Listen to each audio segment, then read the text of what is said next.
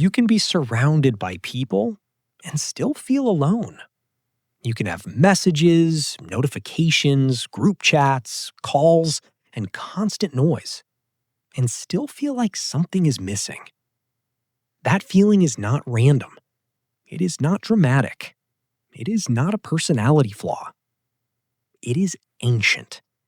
And if you understand where it comes from, you start to realize something uncomfortable.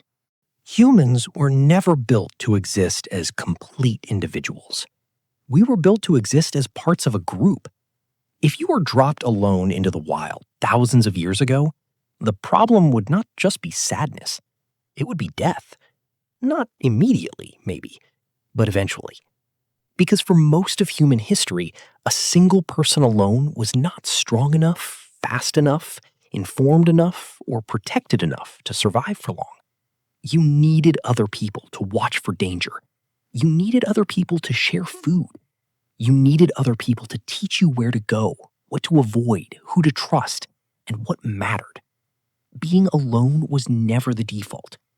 Being together was. That is why loneliness hurts so much. The brain does not treat social isolation as a small emotional inconvenience. It treats it like a threat. If that sounds extreme, think about what loneliness actually does to people. It changes sleep.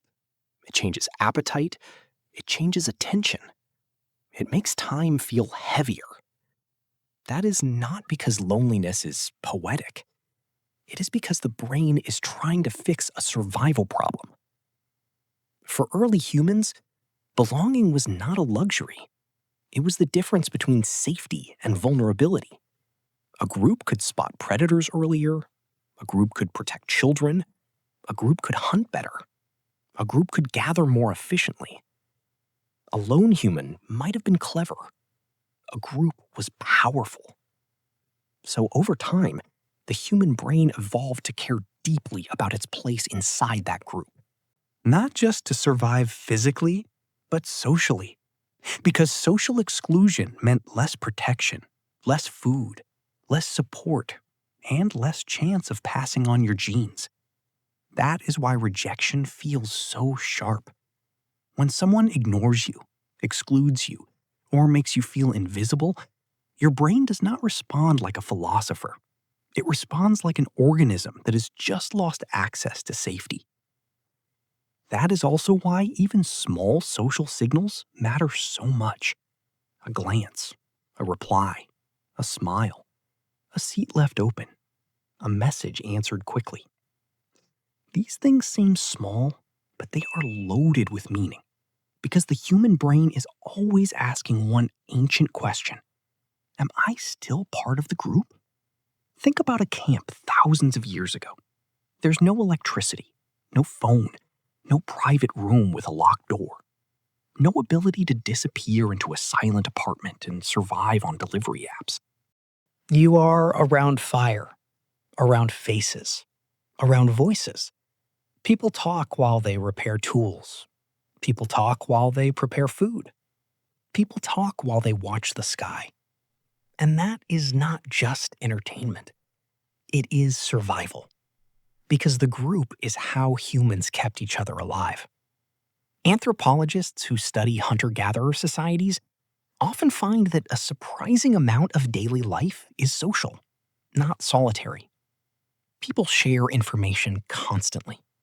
They track who is sick, who is trustworthy, who is drifting away, who needs help, who is angry, who is safe. That may sound like gossip, and in a way, it is. But gossip is also social intelligence. It is how a group keeps itself organized without a formal system. This is why the brain is so sensitive to relationships. You are not just reacting to people as individuals. You are reacting to your place in a network of survival. That network once determined whether you ate, whether you slept safely, whether your children were protected, and whether you remained part of the group tomorrow morning. So the brain remembers. Even now, even when the threat is not a predator in the dark, but a silent phone screen, a delayed reply, or a room full of people who somehow still make you feel invisible. The world has changed, but the brain has not caught up.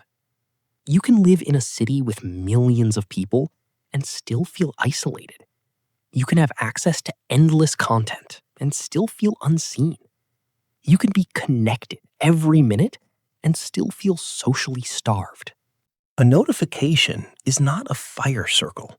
A reaction is not trust. A group chat is not shared survival. The brain knows the difference, even if the mind tries not to. Humans do not just need company for safety.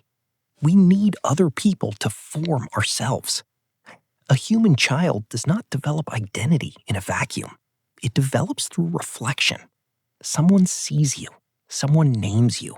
Someone responds to you. Someone corrects you. Someone comforts you. Someone challenges you. Without that mirror, the self stays incomplete. You think you know who you are, but a huge part of that knowledge comes from being recognized by others.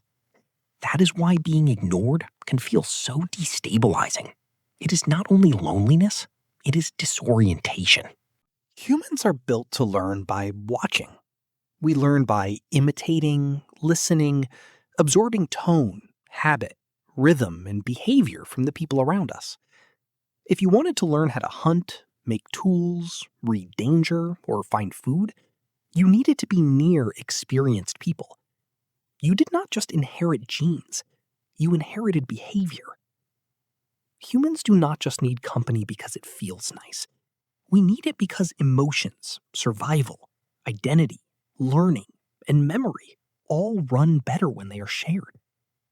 So why do humans need other people so much? Because we evolved as a species that survived through cooperation. Because our minds were shaped by groups. Because our bodies learned safety through belonging. The need is not accidental. It is the architecture. And that means something important about the way you feel when you are left out. It does not mean you are weak. It does not mean you are broken. It means your brain is doing exactly what it was built to do. It is checking for the group. It is measuring distance. It is asking whether you still belong. We survive because other people feed, teach, protect, and remember with us. We become ourselves through contact. We stay sane through relation. We endure through belonging. So the next time loneliness feels heavier than it should, remember that your brain is not overreacting to nothing. It is responding to an old truth. For almost all of human history, being without others was dangerous. Being with others was life. That old wiring still lives in you. It is why rejection stings. It is why recognition heals. It is why shared silence can feel comforting. It is why a familiar voice can change the shape of a day. You were never meant to be a complete island. You were meant to be part of a human world. And that is why other people matter so much.